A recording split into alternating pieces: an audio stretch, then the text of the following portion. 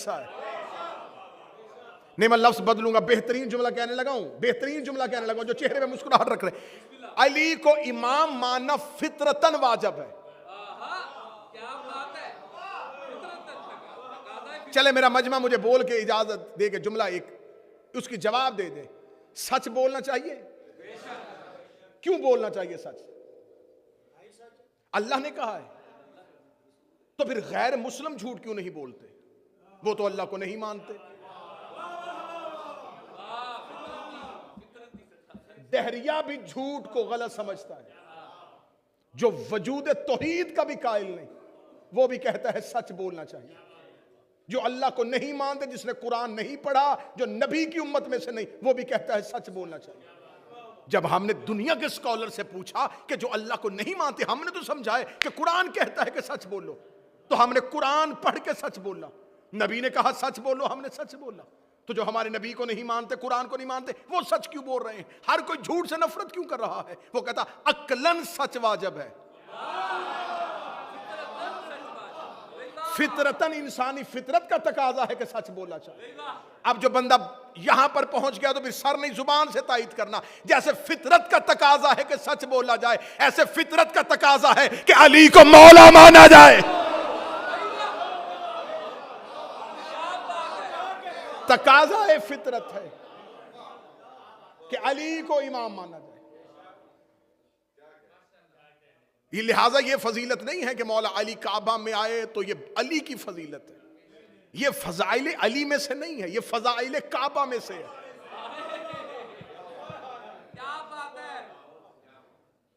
یہ تو علی کی ماں کی مہربانی ہے کہ وہ چل کے خانہ کعبہ کے قریب آ گئی. اب مجھے نہیں پتا اس جملے کے بعد کہاں کتنا سنا جائے گا. یہ تو اس کی مہربانی ہے جو چل کے کعبہ کے قریب آ گئی. وہ جہاں بھی جاتی اللہ کو اسی عمارت کو کعبہ بنانا پڑتا.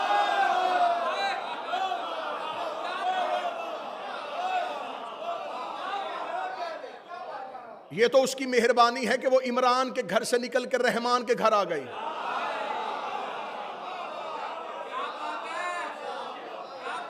نہیں تو وہ جہاں جاتی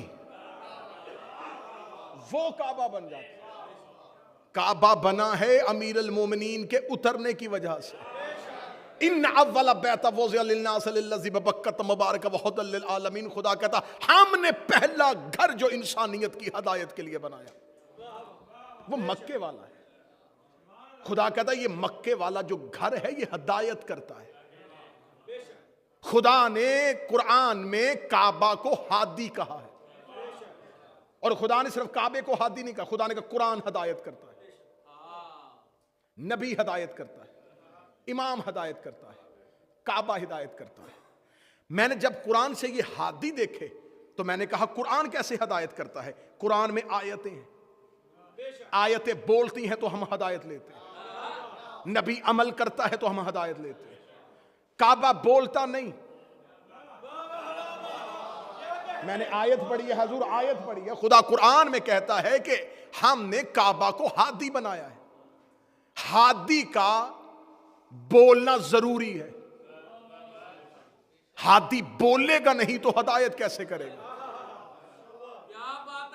بند قرآن کوئی بندہ جا کے گھر کی الماری میں رکھ لے, قرآن بھی ہدایت نہیں کرے گا جب تک اسے کھولو گے نہیں, اس کو پڑھو گے نہیں, اس کے معنی کو سمجھو گے نہیں, اہل بیت سے اس کی تفسیر لوگے نہیں.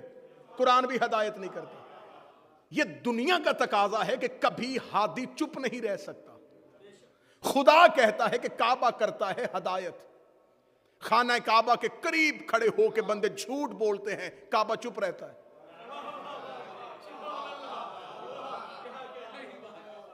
تو میرے مالک تو نے کہا ہے کہ کعبہ ہدایت کرتا ہے. کعبہ ہدایت کیسے کرتا ہے؟ کعبہ تو خاموش ہے, نہ کسی کو روکتا ہے نہ ٹوکتا ہے. آپ چپ بیٹھے, خانہ کعبہ پہ 360 بتوں کا قبضہ رہا, وہ پھر بھی چپ تھا. لوگوں نے اللہ کے شریک کعبے کی دیواروں پہ لٹکا دیے. وہ ہادی تھا لیکن خاموش تھا. میرے مالک یا تو قرآن میں آیت دی ہے تو اب اس کی تفسیر دے. تو نے کہا ہے کہ کعبہ ہدایت کرتا ہے. کعبہ کیسے ہدایت کرتا ہے؟ کعبہ تو خاموش رہتا ہے. چلے میں آسان مثال دوں گا تاکہ بچے بھی سمجھیں. اکثر باپ اپنے بچے کو لے کے جاتا جاتا گزرتا ایک بلڈنگ کی طرف دے کے کہتا ہے بیٹا میں اس اسکول سے پڑھا ہوں. پڑھایا اسکول نے نہیں. کہاں چلا گیا وہ مجمع جو جشن سننے کے لیے آیا تھا؟ پڑھایا سکول نے نہیں ہے. بچے کو باپ کہتا ہے کہ میں نے اس مسجد سے قرآن پڑھا تھا. بندے کسی مریض کو کہتے ہیں کہ مجھے اس ہاسپٹل سے شفا ملی تھی. نبضیں ہسپتال نہیں دیکھتے, اندر کوئی ڈاکٹر ہوتا ہے. قرآن حفظ مسجدیں نہیں کرواتی, اندر کوئی قاری ہوتا ہے. استاد ہوتا ہے تو سکول سے تعلیم ملتی ہے. اس کا مطلب سکول میں استاد ہوتا ہے, مسجد میں قاری ہوتا ہے, ہاسپٹل میں ڈاکٹر ہوتا ہے. آنکھیں کھول, کعبہ ہدایت نہیں کرتا, اندر کوئی ہادی ہوتا.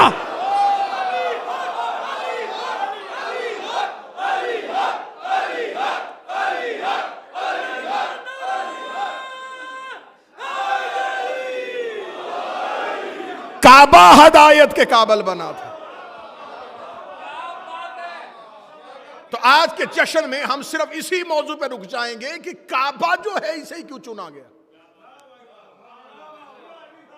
تاریخ کعبہ کیا ہے. علی اللہ کے گھر میں آئے, علی اللہ کے گھر میں آئے, علی اللہ کے. کچھ چیزیں ایسی ہوتی ہیں جو پڑھی جاتی ہیں اور جب بیان کی جاتی ہیں تو وہ عقیدتاً غلط نہیں ہوتی, نتیجتاً غلط ہوتی ہیں. یعنی کہ پڑھنے والا غلط عقیدے سے نہیں پڑھتا, وہ پڑھتا ہے لیکن نتیجہ ٹھیک نہیں ہوتا اور وہ غلط العام ہو جاتی ہے, وہ مشہور ہو جاتی ہے.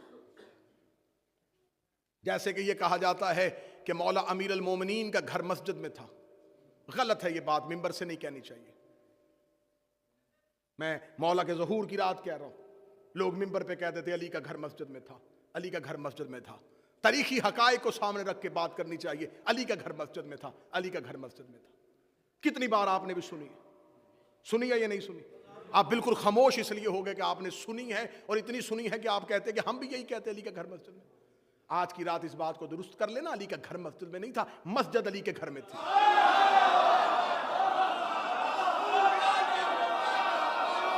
میں پوری ذمہ داری کے ساتھ یہ بات ممبر پہ کر رہا ہوں, جشن کی شب کر رہا ہوں. کامران بھائی, علی کا گھر مسجد میں نہیں تھا, مسجد علی کے گھر کے اندر تھی. علی مسجد کے حجرے میں نہیں رہتے تھے, علی نے اپنا صحن اللہ کے گھر کو دیا ہوا تھا. علی نے اپنے گھر کا صحن اللہ کے گھر کو دیا ہوا تھا, اس لیے سب کے دروازے بند ہو گئے تھے, علی کے گھر کا دروازہ کھلا رہا تھا, کیونکہ مالک تھا علی اللہ کے گھر کا. علی نے اپنے گھر کا حصہ مسجد کو دیا تھا. علی مسجد کے حجرے میں نہیں رہتے تھے, بلکہ اللہ کا گھر علی کے گھر کے اندر تھا. پھر آج کے بعد کوئی یہ نہ کہنا کہ صرف علی اللہ کے گھر میں آیا, حسن بھی اللہ کے گھر میں آیا, حسین بھی اللہ کے گھر میں آیا, عباس بھی اللہ کے گھر میں آیا.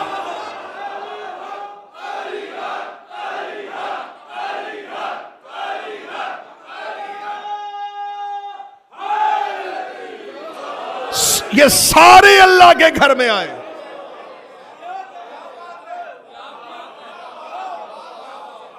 ان کا رشتہ ہے توحید کے ساتھ. یہ کعبہ کی عزت ہے کہ مادر امیر المومنین نے علی کے نزول کے لیے اسے چن لیا.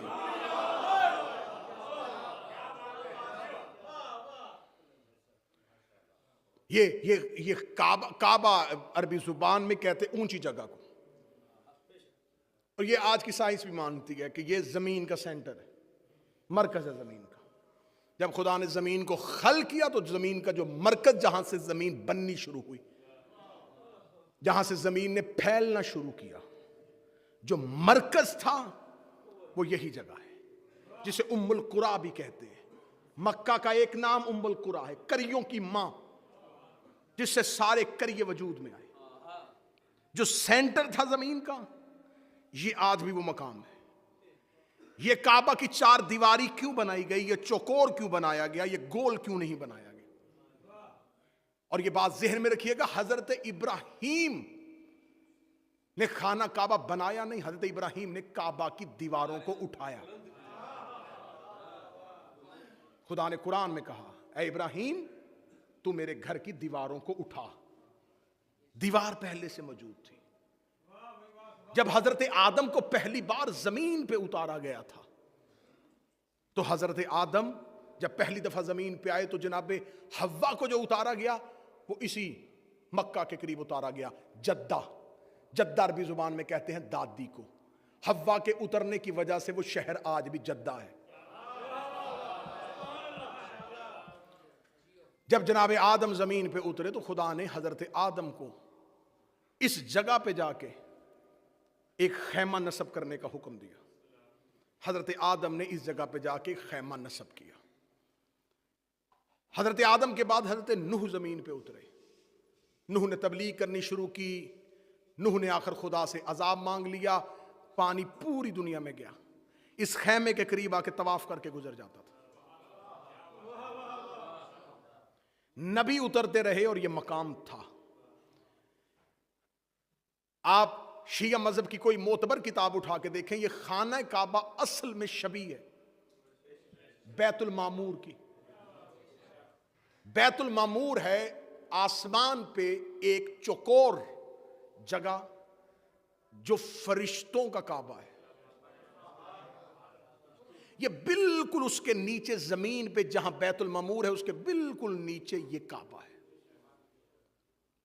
یہ خانہ کعبہ ہے زمین پہ، اسے کہتے ہیں بیت اللہ، اللہ کا گھر۔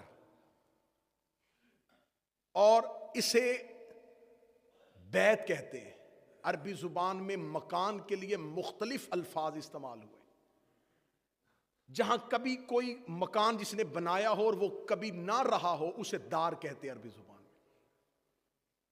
بیت عربی زبان میں اس گھر میں کو کہتے ہیں جہاں مالک کم از کم 3 دن رہے۔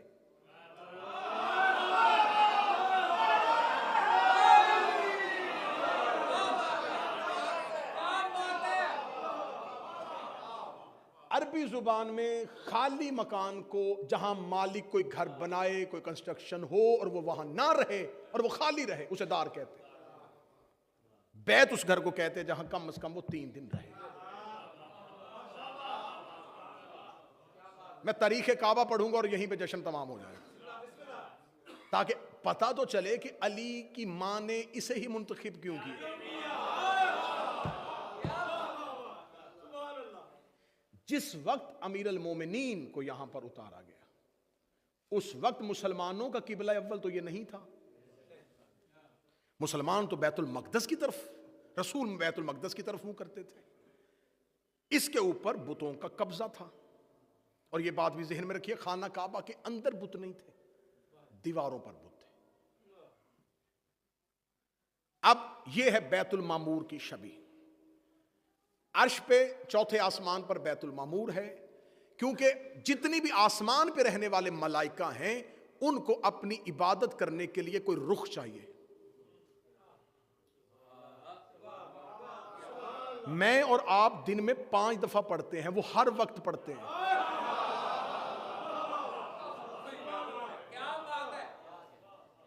کوئی اجنبی اس امام بارگاہ حسینیہ میں آئے گا اور وہ نماز پڑھنا چاہے گا تو وہ فوراً کسی سے پوچھے گا رخ قبلہ کدھر ہے؟ تو آپ نے 2 رکعت نماز پڑھنے کے لیے آپ پہلے رخ کا تعین کرتے ہیں، مقام قبلہ کا تعین کرتے ہیں، تو جو ہر وقت کرتے ہیں کیا وہ جدھر ان کا منہ ہے ادھر سجدہ کر دیتے ہیں؟ نہیں، ان کو بھی ایک ڈائریکشن چاہیے، ایک سمت چاہیے، ایک تعین چاہیے۔ تو خدا نے ان کے لیے چوتھے آسمان پر ایک حصہ مقرر کیا ہوا ہے جس کو چاروں طرف سے ملائکہ نے گھیرا ہوا ہے، اور جتنے بھی وہ مخلوقات جو سماوی ہیں، جو آسمانوں پہ رہتی ہیں، کیونکہ صرف ملائکہ نہیں رہتے، بہت سی مخلوقات ہیں جو آسمان پہ رہتی ہیں، جیسے زمین پہ صرف انسان نہیں رہتے، اس طرح آسمان پر بھی بہت سی مخلوقات رہتی ہیں۔ جیسا کہ آپ حدیث کسا میں پڑھتے ہیں جب خدا نے کہا یا ملائکاتی و یا سکان السماواتی، میں نے بڑا آسان لفظ کہا جو آپ کو دینا ہے، اے میرے فرشتوں اور اے آسمان پہ رہنے والوں۔ اگر صرف فرشتے رہتے تھے تو یا سکان السماواتی کس کو کہا؟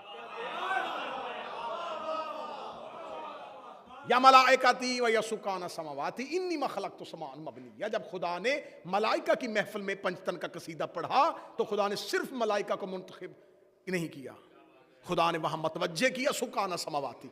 اے آسمان پہ رہنے والے، وہ تمام مخلوقات جو آسمان پہ رہتی ہے. ایک لفظ استعمال کر دیتا ہوں جو اقبال نے اپنے شعر میں بھی استعمال کیا تھا، کروبی.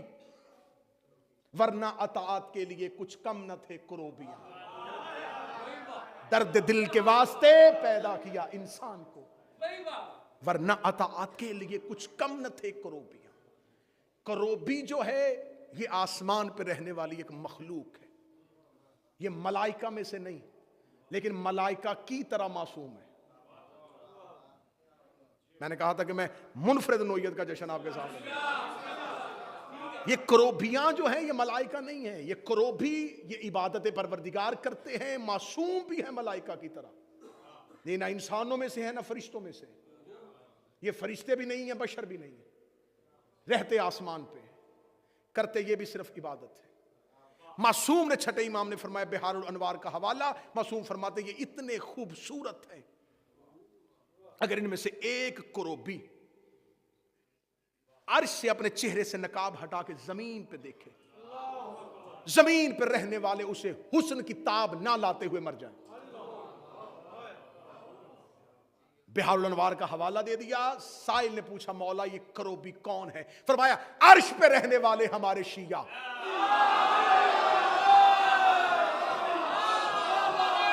جشن ابھی نہیں بنا، جشن اگلے جملے پہ آئے گا.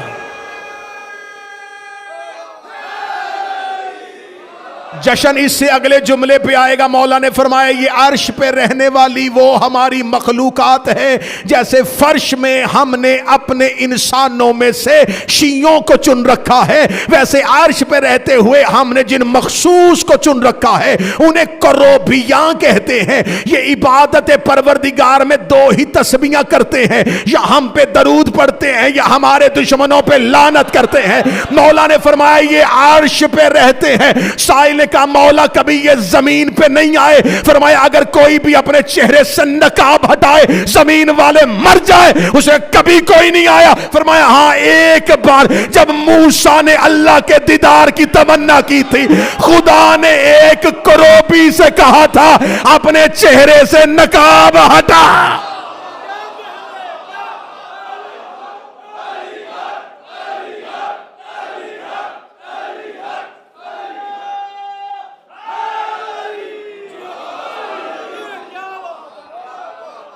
یہ وہ ہیں جن کو اللہ نے ہماری ولایت اور مودت کے نور سے ہمیشہ کے لیے منور کیا.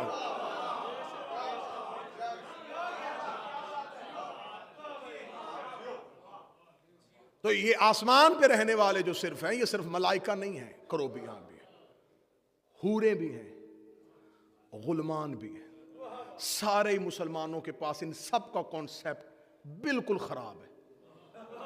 یقین کریں کہ جتنا بھی اپنے بچوں کو بتایا جاتا ہے بیٹا حوریں ہیں جنت میں، اور پھر جو تمثیل جو دی جاتی ہے، جو مثال دی جاتی ہے، منبر کا ادب اجازت نہیں دیتا کہ میں وہ ایک لفظ بھی آپ کے سامنے پھر لوگوں کو عبادت میں جو لالچ دیا جاتا ہے. جنت میں اللہ 70 اللہ عادل ہے کہ نہیں ہے؟ تو جنت میں کیا صرف مرد ہی جائیں گے؟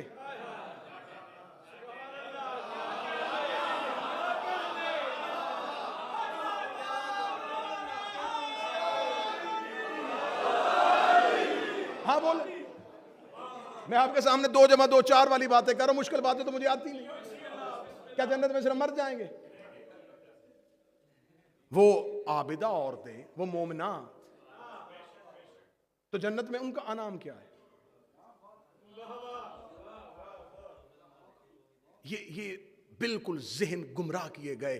تصور جنت غلط، تصور حور غلط، تصور غلمان غلط، تصور ملائکہ غلط. جن کو اللہ کے عرش پر رہنے والے اللہ کے عبادت گزار فرشتے سمجھ میں نہیں آئے، ہم ان سے علی ولی اللہ کیسے منوائیں؟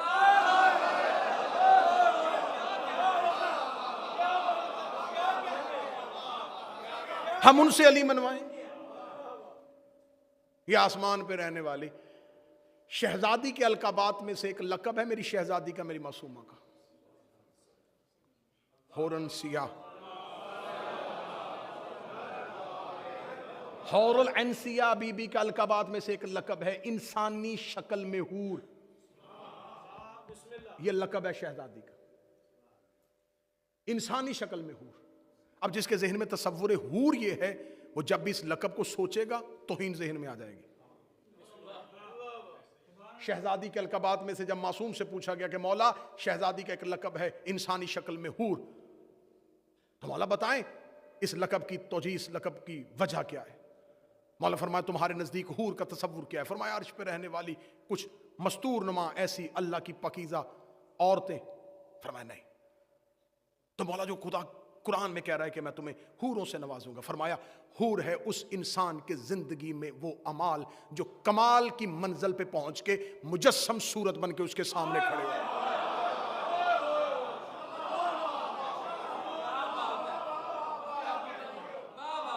جو وہ زندگی پہ کرے گا اس کے تمام اعمال کمال کی منزل پہ جا کے ایک جسم کی صورت میں اس کے سامنے آ جائے.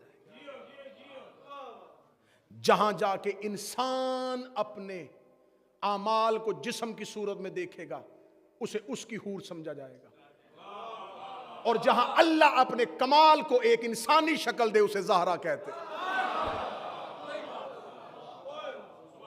سیدہ اللہ کا کمال ہے. تو اب یہ عرش پہ رہنے والی جتنی بھی مخلوقات ہیں، جتنے ملائکہ ہیں، انہیں بھی اپنی عبادت کے لیے کسی ایک ڈائریکشن، کسی ایک سمت، کسی ایک تعین کی ضرورت تھی. تو خدا نے ان کے لیے بیت المعمور بنایا ہوا ہے. یہ بیت المعمور کی طرف منہ کرتے ہیں، وہاں نماز پڑھتے ہیں اور بیت المعمور کو ہی جھکتے ہیں. اس کا مطلب ہے یہ بیت اللہ اصل نہیں ہے، یہ بیت المعمور کی شبیہ ہے. جملہ بڑا بریک ہے، اللہ جانے کون سمجھے گا. اس کا مطلب ہے کہ لوگ شبیہ کو سجدہ کرتے ہیں. کہاں چلے گئے وہ بندے جو اصل کو کوئی سجدہ نہیں کر رہا. یہ سجدہ ہو رہا ہے شبیہ کو. خانہ کعبہ شبیہ ہے بیت المعمور کی. اس کا مطلب کیا؟ خانہ کعبہ اللہ کا گھر نہیں، بیت اللہ اصل نہیں، بیت المعمور کی شبیہ. اس کا مطلب بیت المعمور اصل ہے؟ معصوم نے فرمایا نہیں، بیت المعمور بھی اصل نہیں. بیت المعمور ہے اللہ کے عرش کی شبیہ. جسے تم کرسی سمجھتے ہو وہ بیٹھنے والی کرسی نہیں ہے. جسے تم عرش سمجھتے ہو یہ آسمان نہیں ہے. معصوم فرماتے عرش سے مراد ہے توحید کا علم. جو اللہ کا جتنا بھی علم ہے اسے عرش کہتے ہیں. اور تمام مخلوقات اس علم کے نیچے عبادت کرتی ہے. میں پہلے کہا ہو کہ بڑا منفرد سا جشن میں آپ کو سنا. تمام مخلوقات عرش، یہ عرش نہیں ہے، یہ اللہ کا علم ہے جس نے احاطہ کیا ہوا ہے. مخلوقات اس علم کے نیچے عبادت کرتے ہیں. مولا فرماتے ہیں ہم عرش پر عبادت کرتے ہیں.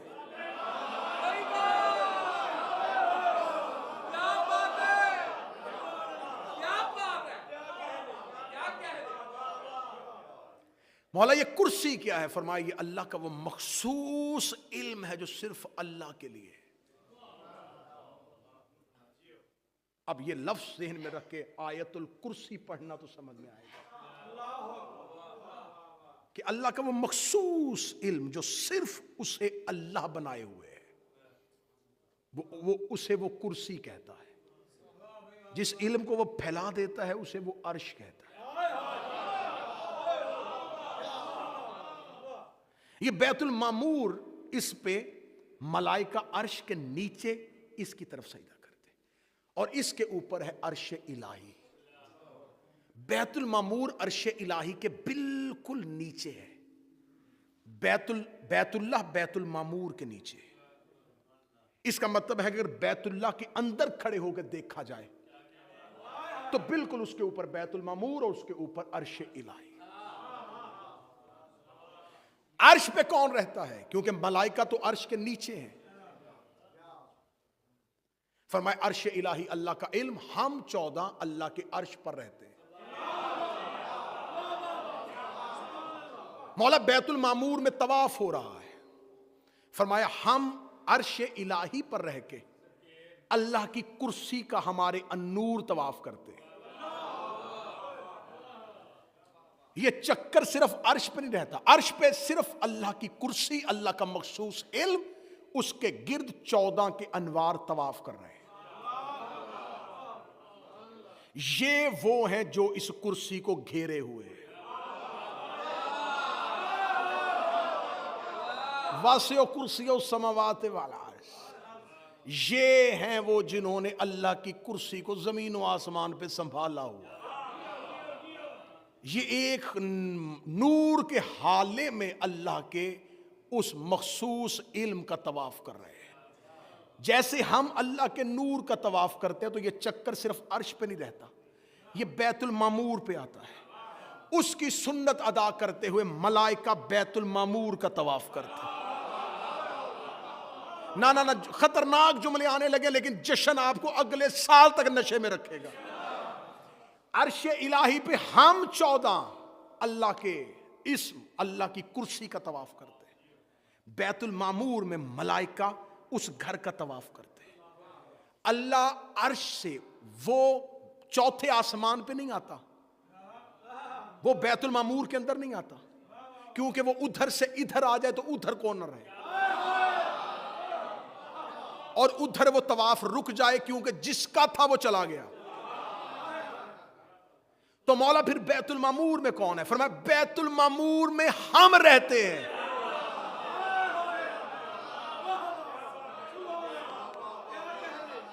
بیت المعمور میں ہمارے نور رہتے ہیں. ہمارے انوار زمین پر اترنے سے پہلے جس جگہ پہ مسکن رکھتے ہیں وہ بیت المعمور ہے. ہم تمہارے زمین کے اس گولے پہ اترنے سے پہلے جہاں رہتے ہیں وہ بیت المعمور ہے. ہم بیت المعمور پہ اترتے ہیں، ملائکہ اس بیت المعمور کا طواف کر رہے ہیں.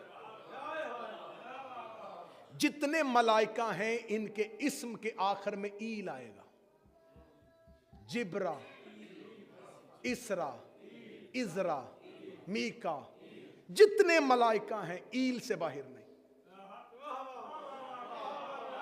عربی زبان زمین کی ہے، عبرانی زمین کی ہے. توریت اللہ کے آسمانی صحیفوں کا پہلا صحیفہ ہے. نہج البلاغہ، بحار الانوار، جتنے اصول کافی، یہ مذہب کی معتبر کتابیں میں منبر پہ رکھ دیتا ہوں. علی فرماتے ہیں کہ مجھے توریت میں ایلیا کہا جاتا ہے.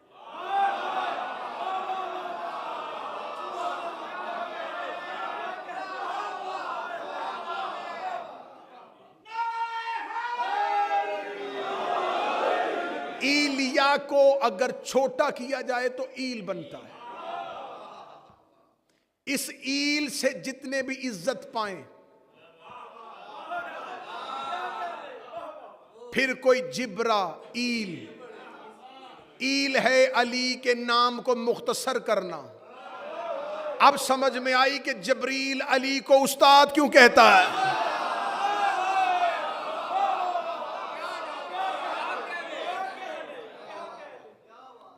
ایسے جشن چلتا رہے جی.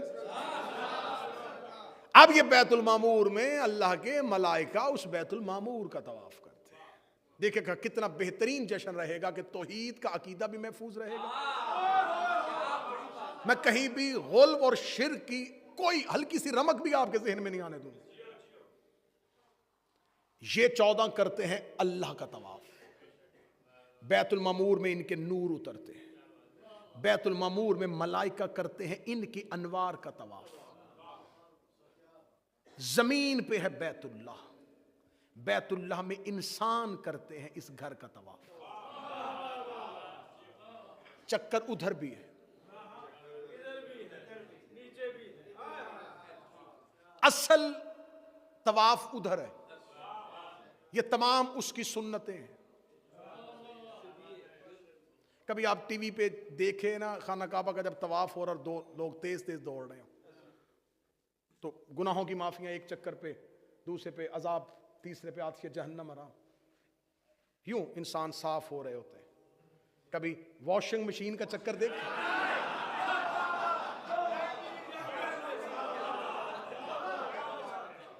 استاد قمر جلال بھی نے کہا تھا مسلمانوں پہ حج فرض عیاں ہے. پنہا نہیں، عیاں۔ مسلمانوں پہ حج فرض عیاں ہے، طواف کعبہ میں ایک راز نہاں ہے، حرم کے گرد ڈھونڈتے پھر رہے ہیں بتوں کا توڑنے والا کہاں۔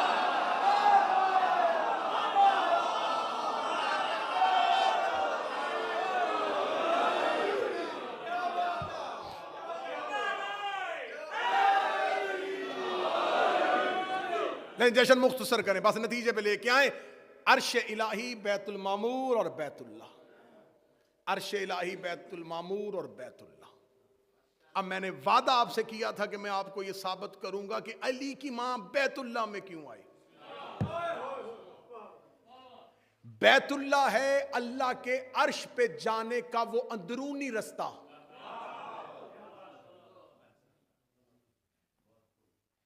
یہ بیت اللہ عرش الہی کی بیسمنٹ ہے۔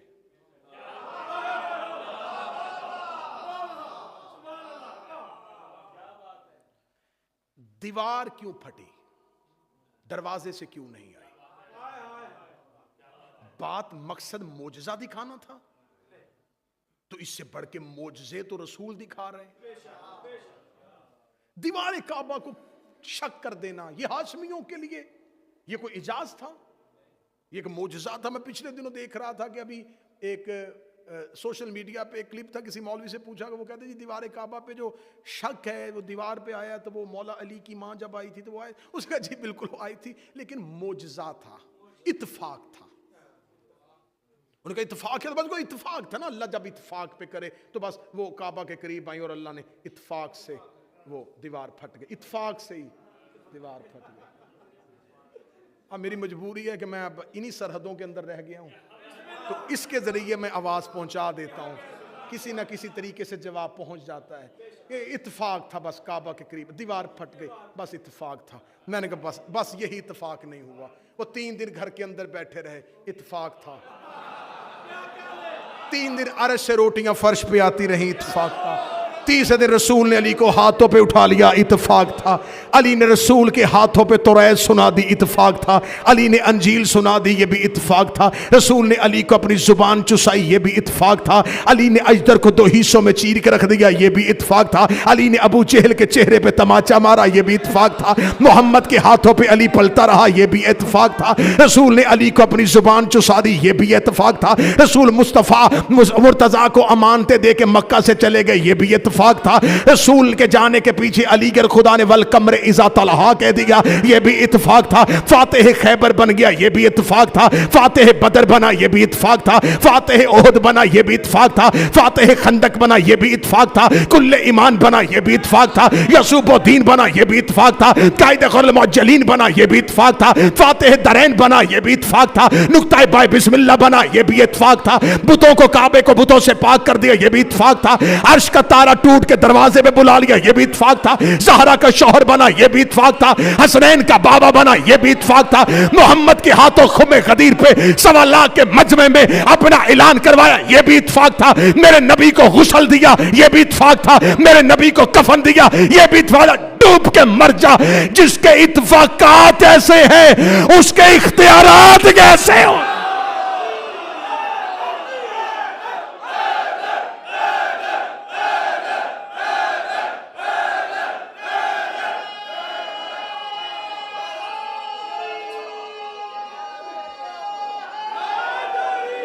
یار اور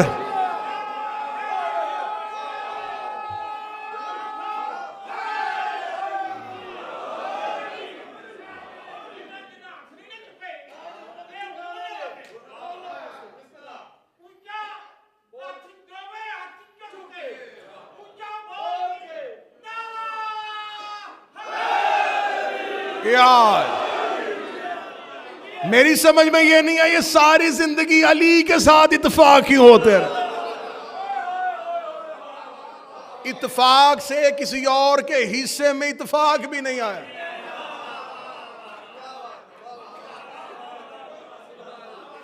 یہ سارے حادثات، یہ سارے واقعات، یہ سارے معجزات صرف علی ہی کے لیے کیوں؟ یہ ہے عرش الہی، یہ ہے بیت المعمور، یہ ہے بیت اللہ۔ شہزادی اپنے گھر سے نکلی،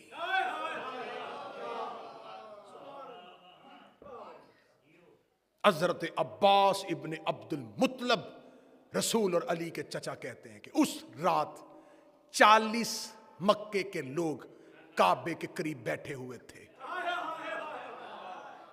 اللہ نے بندوبست کتنا پیارا کیا، 40 گواہ پہلے پورے کیے۔ ہائے ہائے ہائے،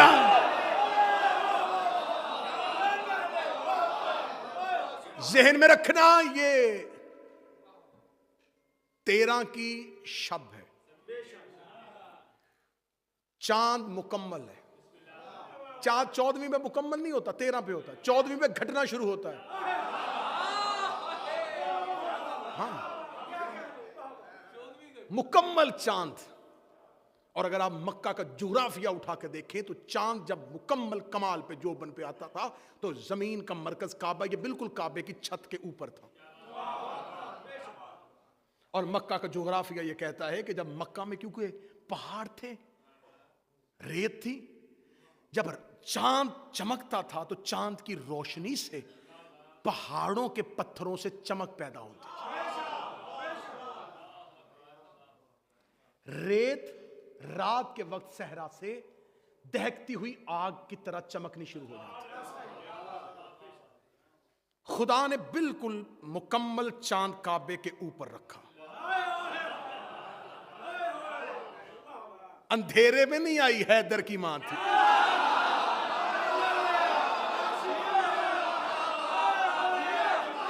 پوری چاند کا جوبن، مکہ روشن، پہاڑوں سے لائٹیں، ریت چمک رہی، 40 لوگ خانہ کعبہ کے قریب بیٹھے تھے۔ حضرت عباس ابن عبد المطلب راوی ہیں، وہ کہتے ہیں کہ ابو طالب کے گھر سے ایک سایہ نکلا۔ میں وہ پڑھوں گا جو روایت میں ہے۔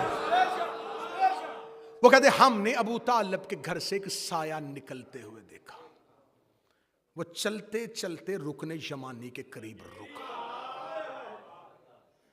40 لوگوں نے صرف سایہ چلتے دیکھا، زبانیں گونگی ہو گئی، کوئی ایک لفظ کہنے کی ہمت بھی نہیں کر رہا تھا۔ یہ کون ہو سکتا ہے؟ یہ رات کی اس تاریکی میں یہ سایہ کس چیز کا ہے؟ یہ کون ہے؟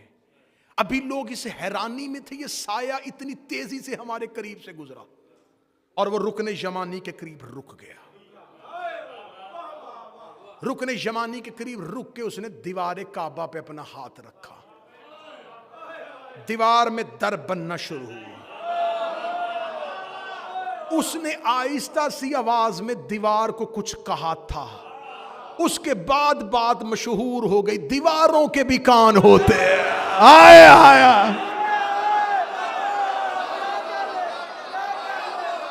یہ 13 رجب کو پتا چلا ہے، یہ 13 رجب کو پتا چلا ہے، دیواروں کے بھی۔